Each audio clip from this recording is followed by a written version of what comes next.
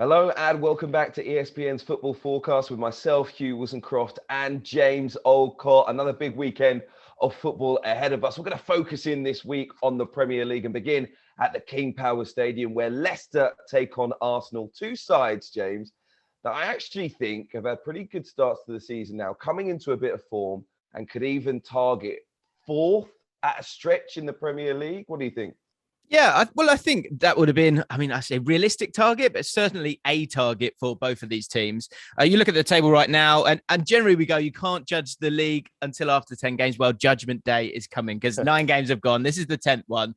And both of them joint on points at the moment. And I think importantly as well, joint on points with Man United, because if you look at that fourth spot, currently it's West Ham. And I think both of these teams will be thinking, certainly at the start of the season, we'd like to finish above West Ham. So I think it's there for them. I think you would be slightly concerned about any kind of bounce back that would come if Ole Gunnar Solskjaer does lose his job and they go big and bring in someone like Antonio Conte. You would expect a surge in their performances. And generally, even if Solskjaer does survive, you expect a surge in their performances.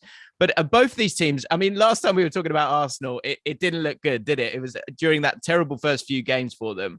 But Arteta has started to kind of get a bit of consistency in terms of his starting 11. The back four looks a lot more solid now. And going forward with Lacazette and Aubameyang, Smith Rowe on that left-hand side, Saka as well, it's looking a lot brighter for Arsenal, isn't it? Absolutely, it is.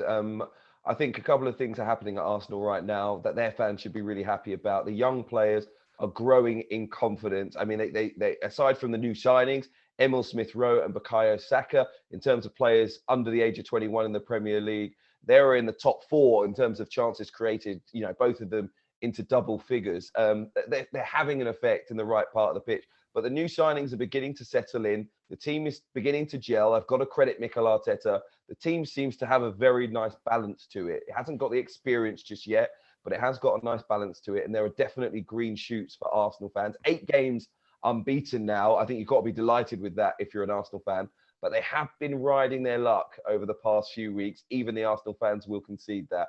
So I think they're hoping that they can continue in the same vein of form, getting results, building that level of confidence. And remember, last season in the EFL Cup and the Premier League, they won both of their games away at Leicester City. So there should be a sense of confidence for Mikel Arteta going into this game against Brendan Rodgers that he can get something out of it.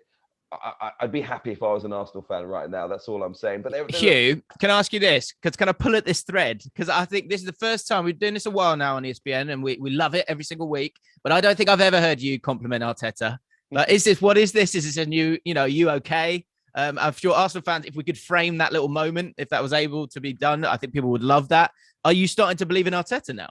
There was a moment towards the final whistle at Old Trafford as I watched Manchester United lose 5-0 to Liverpool that I thought, is Mikel Arteta a better coach than Ole Gunnar Solskjaer? Wow. That did run over my mind for well, go on, answer that for me then. What do you think? Well, let's put it this way. Arteta's been a manager for fewer than 2 years. I think Ole Gunnar Solskjaer, it's 11 years right now. So, I think after 11 years, Arteta could be in a better place than Ole Gunnar Solskjaer. That's all I'm going to say. Arsenal fans, I'm sure you're happy with that, but Manchester United fans, don't at me. Your guy's got to prove himself this weekend. I think it's a great question for guys in the comments as well. Let us know where you're at with this. Arteta or Ole Gunnar Solskjaer, who is the better manager? Because I think the thing for me is that, yes, it's different situations, not the same amount of money to be thrown at it. Certainly not at incredibly high-profile players like Ronaldo and Jadon Sancho. They're going for a younger bunch. But I think after kind of getting through the storm, Arteta, you can see what he's trying to do a little bit more now. And even Lacazette coming back into the fold, that's allowed Pierre-Emerick Aubameyang to look a lot better. He's been involved in 5 goals in his last 6 Premier League appearances. There does seem to be a much better structure there with Tierney on that left-hand side, bombing on, Tomiyasu on the right-hand side, just staying there. And he doesn't mess about, Tomiyasu. Like, the fans absolutely love him. If the ball's there to be won, he's not going to try and retain possession. He's going to whack it as far as he can.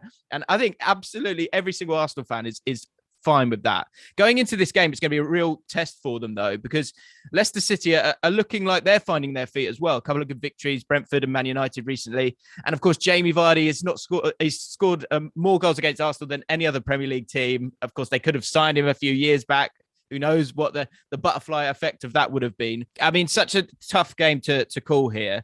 Arsenal have struggled away from home this season, and also in early kickoffs as well. I don't think they've won in quite a while in early kickoffs. Last time they did that was that first game of the season last season against Fulham. So how do you see this one playing out? Do you see it being a Leicester victory or an Arsenal victory or a draw? I mean, for some reason, I just favour Leicester in this game. I don't know if it's the big game experience of the last year or so, the sense that they need to win this game to keep their good form going. As well as they've played, the results haven't always been as good as they've wanted over the past month or so. So at home, and I just see, I don't know why, I just got a feeling Leicester are going to pip Arsenal, maybe 2-1. I think it will be an entertaining game. What about you?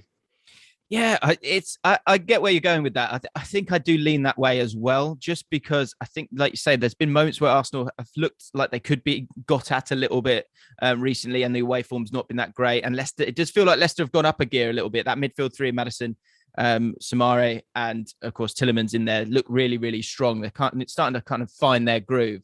So I think it'll be very, very close. I think it'll be a cracking game. I'm going to go with you, actually. I think this could be 2-1 as well. Hi guys, James Alcott here from ESPN's Football Forecast. Thank you for watching. If you've enjoyed the video and you want to check out more, make sure you subscribe to ESPN UK.